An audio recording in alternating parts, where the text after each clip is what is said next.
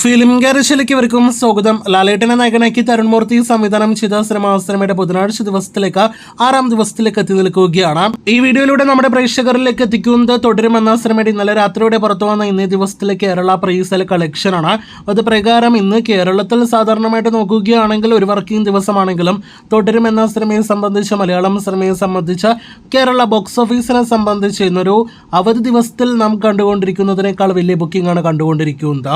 സിനിമയ്ക്ക് ഇന്ന് കേരളത്തിൽ 3,93,00,000 കേരള പ്രീസെയിൽ ഗ്രോസ് ആണ് ഇന്നത്തെ പ്രീസെയിൽ കളക്ഷൻ ആയിട്ട് വന്നിരിക്കുന്നത്. ഈ ഒരു പ്രീസെയിൽ കളക്ഷനോടെ മലയാള സിനിമാ ചരിത്രത്തിൽ ഒരു ബുധനാഴ്ച ദിവസത്തെ റെക്കോർഡ് കേരള പ്രീസെയിൽ കളക്ഷൻ വരുന്ന സിനിമയായിട്ട് തുടരെ മാറിക്കഴിഞ്ഞിരിക്കുകയാണ്. ഇതിനു മുന്നേ ബുധനാഴ്ച കളക്ഷന്റെ കാര്യത്തിൽ റെക്കോർഡ് കളക്ഷൻ നേടിയെടുത്തത് ലാലേട്ടന്റെ തന്നെ എമ്പുരാൻ എന്ന സിനിമയാണ്. ചിത്രം ആദ്യ ബുധനാഴ്ച കേരളത്തിൽ പ്രീസെയിലായിട്ട് 3,48,00,000 പരം പ്രീസെയിൽ കളക്ഷൻ ആയിരുന്നു ബുധനാഴ്ച നേടിയെടുത്തത്.